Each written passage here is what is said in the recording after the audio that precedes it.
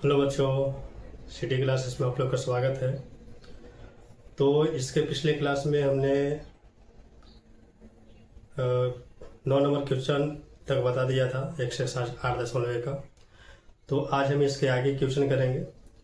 तो आइए देखते हैं 10 नंबर क्वेश्चन क्या बोल रहा है। तो 10 नंबर क्वेश्चन बोल रहा है कि त्रिभुज पी क्यू आर में जिसका कोण क्यू समकोण है।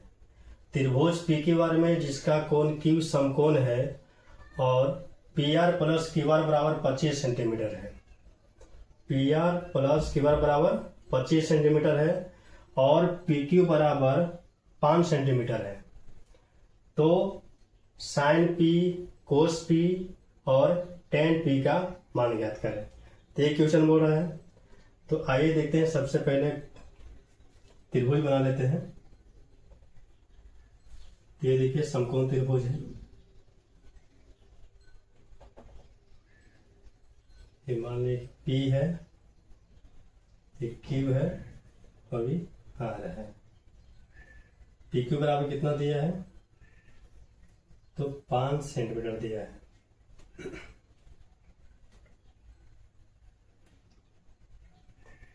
देखिए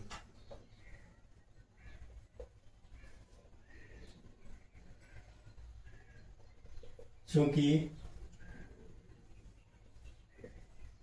पी क्यू आर एक समकोण त्रिभुज है,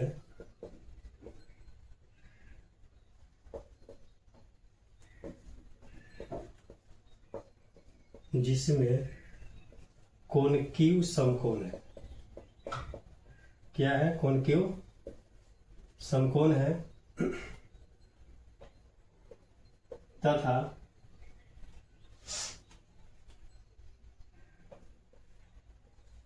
P R plus Q R. P R plus Q R बराबर कितना दिया है? तो 25 सेंटीमीटर दिया हुआ है एवं पी क्यू बराबर 5 सेंटीमीटर है। तो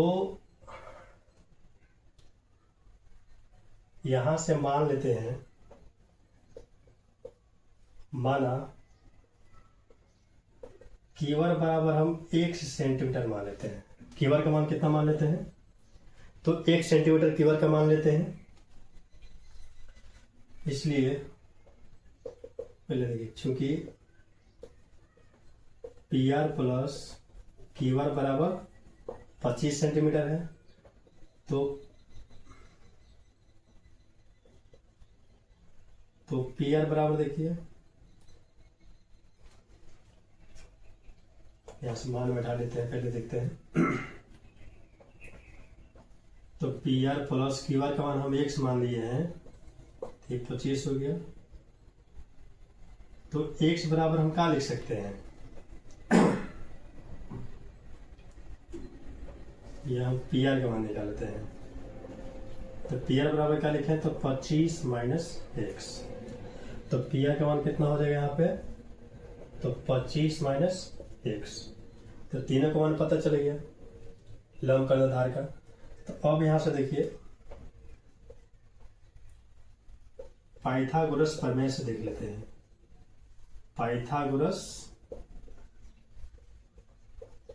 प्रमेय से त्रिभुज पी क्यू आर में तो क्या लिख सकते हैं? तो पी आर का स्क्वायर बराबर पी क्यू का स्क्वायर प्लस क्यू आर का स्क्वायर, इतना मान लिख सकते हैं। तो पी आर कितना है? तो 25 माइनस एक्स का स्क्वायर लिखेंगे बराबर पी क्यू 5 सेंटीमीटर है। तो 5 का स्क्वायर और प्लस क्यू आर एक्स मान है, तो एक्स का स्क्वायर। अब देखिए, तो 25 माइनस एक्स के स्क्वायर लिखेंगे। 25 माइनस एक्स मतलब क्या हो गया? ए माइनस बी का होल स्क्वायर हो गया। ये तो फॉर्मूला आपको पहले से ही पता होगा। तो ए स्क्वायर माइनस 2 ए और बी और प्लस बी का स्क्वायर इतना लिख सकते हैं। बराबर 25 कितना हो गया 25 और प्लस एक्स स्क्वायर। तो 25 में 25 से गुना करेंगे कितना हो जाएगा 625 माइनस 25 दूनी 50x और प्लस एक्स स्क्वायर हो गया बराबर 25 प्लस एक्स स्क्वायर। अब यहां से देखिए बराबर का चिन्ह हटा लेते हैं।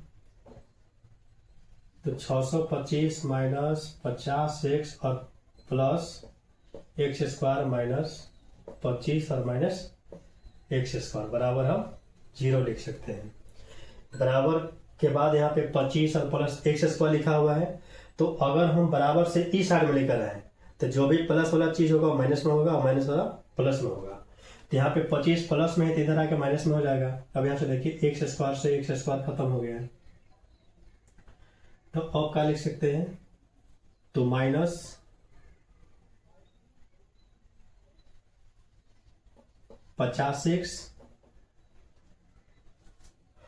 और यहां से अगर 625 में से 25 घटाएंगे तो कितना हो जाएगा प्लस हो जाएगा यहाँ पे 600 बराबर 0। तो माइनस 50x और बराबर यहाँ पे फिर से अगर हम करते हैं तो इधर माइनस आ जाएगा कितना 600 आ जाएगा। माइनस माइनस खत्म हो गया। तो x बराबर लिखेंगे तो 600 बटा में 50 0 से 0 खत्म 12 यानी कि x का मान कितना हो गया 12। इसलिए यहां से क्यूआर का मान कितना हो गया 12 सेंटीमीटर और पी आर बराबर कितना है तो 25 माइनस एक्स है। तो पी आर का मान कितना हो जाएगा 25 और माइनस 12 मतलब पी आर का मान कितना हो गया 13 सेंटीमीटर। तो अब सब का मान हमको पता चल गया।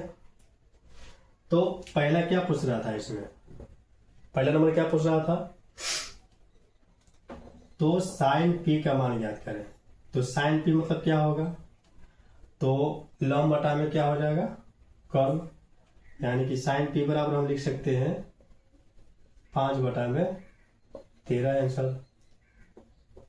दूसरा नंबर क्वेश्चन क्या बोल रहा है कोस पी का मान ज्ञात करें। तो कोस पी का देख लीजिए कोस बराबर कोस थीटा बराबर क्या होता है तो आधार बटा में कर्ण होता है। तो एक्स का मान कितना निकाले थे यहाँ 12 तो 12 बटा में कितना हो जाएगा 13 आंसर। और क्या पूछ रहा था टेन थीटा का मान यानी कि एक मिनट टेन साइन पी बोल रहा है। तो साइन पी एक मिनट साइन पी के लिए लंब यहां हो जाएगा थोड़ा सा गड़बड़ हो गया पी पर हम ध्यान नहीं दिए देखिए। तो साइन पी के लिए लंब यहाँ पे x हो जाएगा यानी कि क्यू आर बटा में पी आर हो जाएगा। तो x का मान कितना है 12 तो 12 बटा में 13 आंसर हो जाएगा। डायरेक्ट मान यहाँ पे बैठा रहे हैं क्या कि साइन पी के लिए यहाँ पे अगर चलेंगे तो थीटा का सामने वाला भुजा क्या होता है ये लंब होता है ये पहले भी बताए हैं। कोस पी बराबर कोस पी के लिए भी लंब यही होगा तो आधार यहाँ से हो जाएगा। तो पी क्यू बटा में क्यू आर हो जाएगा यानी कि 5 बटा में कितना हो जाएगा 13 आंसर। टेन पी तो टेन पी के लिए लंब हो जाएगा ये आधार ये होगा। तो एक्स का मान कितना है 12 बटा में कितना हो जाएगा 5 आंसर। तो बहुत ही आसान क्वेश्चन दिया हुआ था। केवल यहाँ पे थोड़ा सा केवल मान दिया था कि P R plus Q R बराबर 25 है। तो यहाँ से अगर हम क्यू आर का मान अगर हम x मान लेते हैं तो P R plus Q R में से मान रख देंगे इसको तो पी आर का मान कितना आ जाएगा तब 25 माइनस एक्स आ जाएगा मान। तो पाइथागोरस प्रमेय को बैठा करके x का पहले मान निकालेंगे तो 12 आ जाएगा। x मतलब क्या हो जाएगा p यहाँ पे लिखे हैं तो p के सामने लंब हो जाए ये लंब हो जाएगा ये आधार होगा और ये कोण के सामने भुजा क्या होता है, समकोण के सामने कर्ण होता है। तो केवल मान केवल बैठा लेना है, साइन पी के लिए लंब यहाँ पे हो जाएगा, तो लंब बटा में कर्ण 12 बटा में 13 आंसर। उसी तरह से कोस पी बराबर है तो आधार बटा में कर्ण हो जाएगा 5 बटा 13, टेन पी बराबर तो लंब बटा में आधार यानी कि 12 बटा में 5 आंसर हो जाएगा। यहाँ तक समझ में आएगा सबको। तो चलिए इसके आगे क्वेश्चन 11 नंबर क्वेश्चन देख लेते हैं। तो उसमें सत असत का रीजन भी लिखना है। तो 11 नंबर क्वेश्चन पहले हम देख लेते हैं, पहले बोर्ड पर लिख लेते हैं 11 नंबर क्वेश्चन क्या कर रहा है।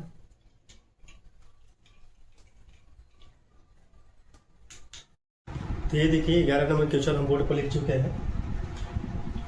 तो 11 नंबर क्वेश्चन क्या हो रहा है कि दिए गए प्रश्न का मतलब सही और गलत उत्तर का पहचान करना है कि कौन सत्य है और कौन असत्य है, और असत्य है या सत्य है तो वो असत्य क्यों है, उसका रीजन भी बताना है।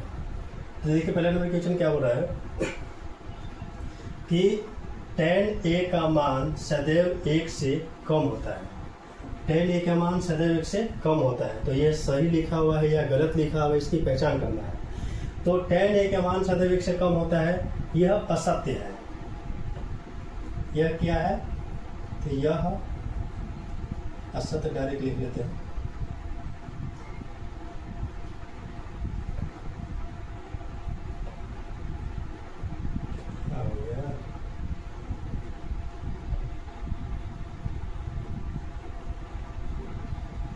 तो यह क्या है, असत्य है। तो असत्य क्यों है, क्योंकि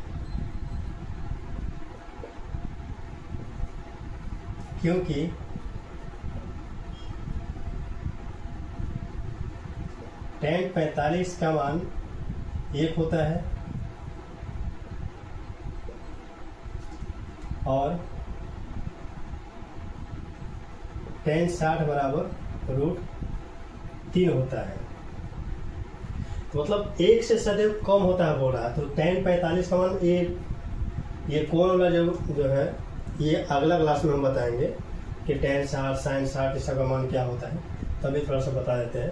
तो tan 45 का मान 1 होता है और tan 60 का मान √3 होता है, और √3 का मान जो है 1.732 होता है।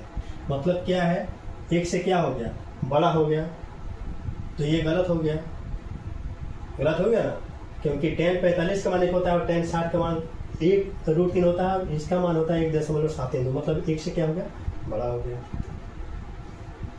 दूसरा नंबर क्वेश्चन देख लेते हैं। कोण A के किसी मान के लिए sec A बराबर 12 बटा में 5 होता है। तो sec थीटा का मान जो है ना सदैव क्या होता है, 1 से बड़ा होता है। सदैव क्या होता है, 1 से बड़ा ही होता है। क्या है कि क्या होता है कि ये sec थीटा बराबर क्या फॉर्मूला होता है, तो कर्ण बटा में आधार होता है। sec थीटा बराबर कर्ण बटा में क्या होता है, आधार होता है।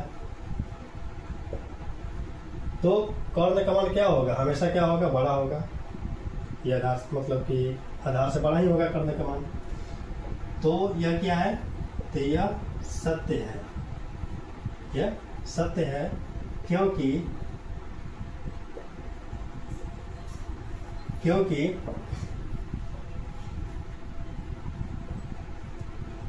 sec A का मान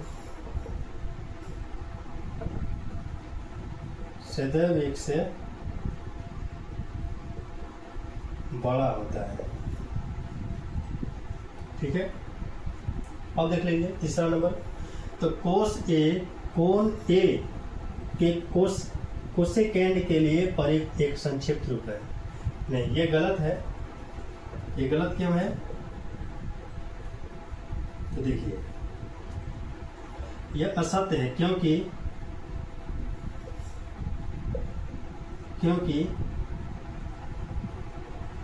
कोस A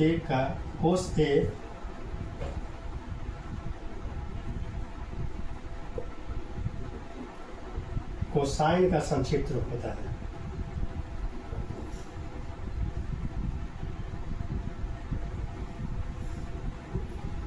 कोसेकेंट नहीं होता है। कोस A के लिए क्या होता है, तो कोस ए के लिए कोसाइन जो है, कोसाइन का कोस ए संक्षिप्त रूप होता है। अगला देखिए, कोट और ए का गुणनफल होता है, यह भी असत्य है, क्योंकि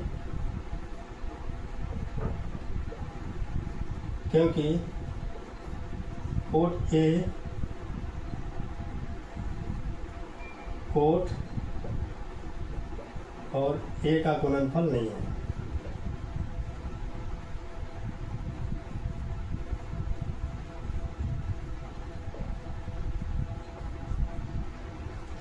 कोट और ए का गुणनफल नहीं होता है, ये थीटा का मान लिखा जाता है, या मतलब जो भी एंगल है त्रिभुज के अनुसार उसको लिखा जाता है, गुणनफल नहीं होता है। 5वां नंबर क्वेश्चन क्या कर रहा है, किसी भी कोण थीटा के लिए साइन थीटा बराबर 3/4 होगा, नहीं, ये भी गलत है, ये भी क्या है, तो असत्य है, क्योंकि साइन थीटा का मान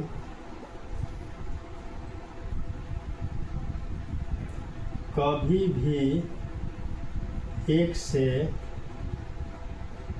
बड़ा नहीं होता है। साइन थीटा का मान क्या होता है, 1 से कभी बड़ा नहीं होता है। साइन थीटा का मान 0 हो जाएगा, 1 से छोटा होगा, 1 के बराबर होगा, लेकिन 1 से बड़ा नहीं होता है। तो ये 11 नंबर क्वेश्चन था, जो कि 5 इसमें क्वेश्चन दिया हुआ था 7 असत चुनने के लिए, और उसका रीजन भी है। तो रीजन के साथ यहाँ पे 7 असत लिख चुके हैं, तो समझ में आ रहा आप सबको। ये बहुत ही आसान चैप्टर था। तो ये यहाँ से 8.1 आज जो है 8.1 खत्म हो गया है।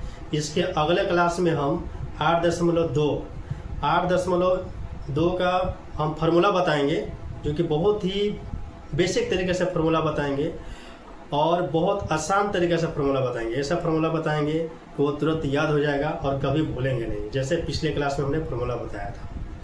तो अगला क्लास चुकिएगा नहीं, देखिएगा, तभी जाकर के आगे आपको क्वेश्चन बनेगा 8.2 का। नहीं तो अगर 8.2 का अगर फार्मूला अगर नहीं पता चला आप लोग को, तो आगे मैथ नहीं बना पाएंगे। तो आज के लिए बस इतना ही, धन्यवाद।